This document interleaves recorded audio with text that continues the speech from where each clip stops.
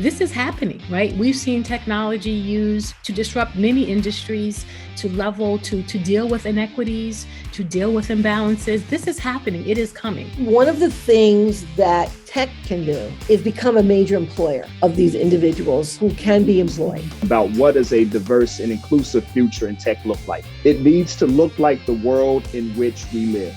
The one thing about tech that we can't forget is it is determined, whether it likes it or not, to be leaders. Our role, tech is leadership.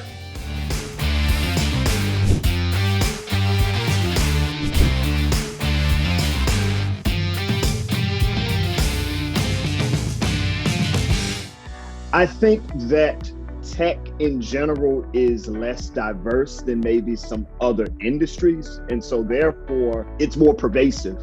Leaders are going to have to commit to doing something different to get a different outcome because it's the right thing to do. I think our leaders need to lead with grace and really appreciate that they need to approach things in different ways. The people that we want to bring into our companies are very different, have very different perspectives, come to us with different levels of knowledge and experience. And we need to meet them where they are and help them where they want to go. People seem to be ready to have conversations that they weren't ready to have before. And so what I hope an inclusive future looks like is one where representation matters not just by numbers, but also by engaging in very authentic and difficult conversations. Representation matters, whether you're going to say, hey, I'm looking around and we're overrepresented in this way. Who else needs to be at this table? Take action. Everyone's action doesn't have to be the same.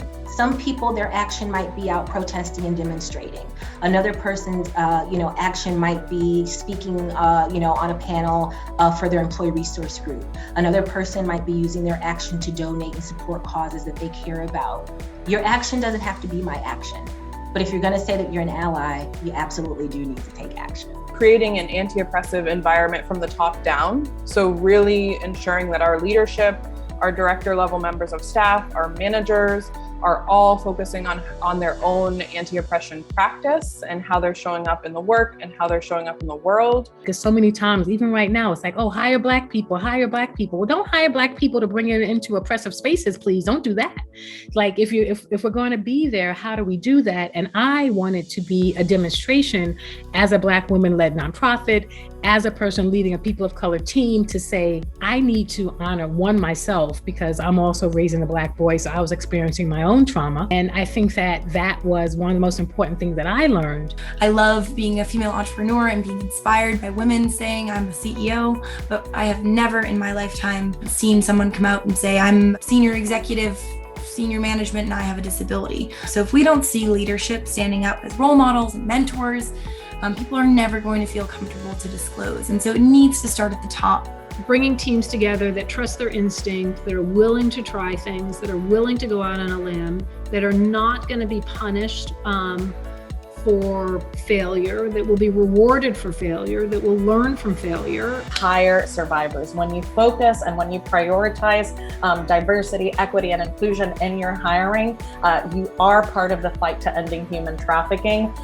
You are creating space and creating economic opportunities for communities that would otherwise be vulnerable. When you picture the devs and the coders, you just picture white males. And for me, there's nothing scarier than having a group of white men build out the future of the web, which is our future, like the future of how we're going to live. We talk about the digital divide, and historically the narrative has really been one about access. It's about building infrastructure to rural America. But the reality is that of the 29 million households in this country that don't have internet access, 2/3 of them, 20 million of them, don't have it, not because there's no internet available to them, but because they can't afford it.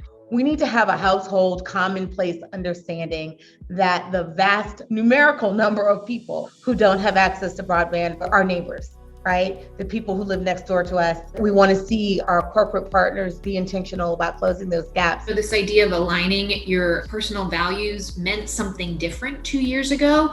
People were like, I want to work in a way that, I can pay people equitably. I can make sure I have a diverse workforce, all of these things. But I'm hearing from more and more people that those values are also things that have nothing to do with work. Like, I want to be able to work so that I can also live. Like, there's way more people talking about how do I integrate my personal life into the work that I do, as opposed to putting your nose to the grindstone and just going.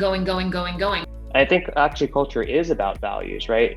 It's about what are the things that you stand for, and even more importantly, not just sort of what you say you stand for, but when push comes to shove, what really carries the day in terms of the hard decisions that you make as an organization. It's the way that people treat each other when the doors are closed. Courage begets courage, and part of the power to fly is actually flying and knowing that in doing so, you'll liberate people to flap their wings as well.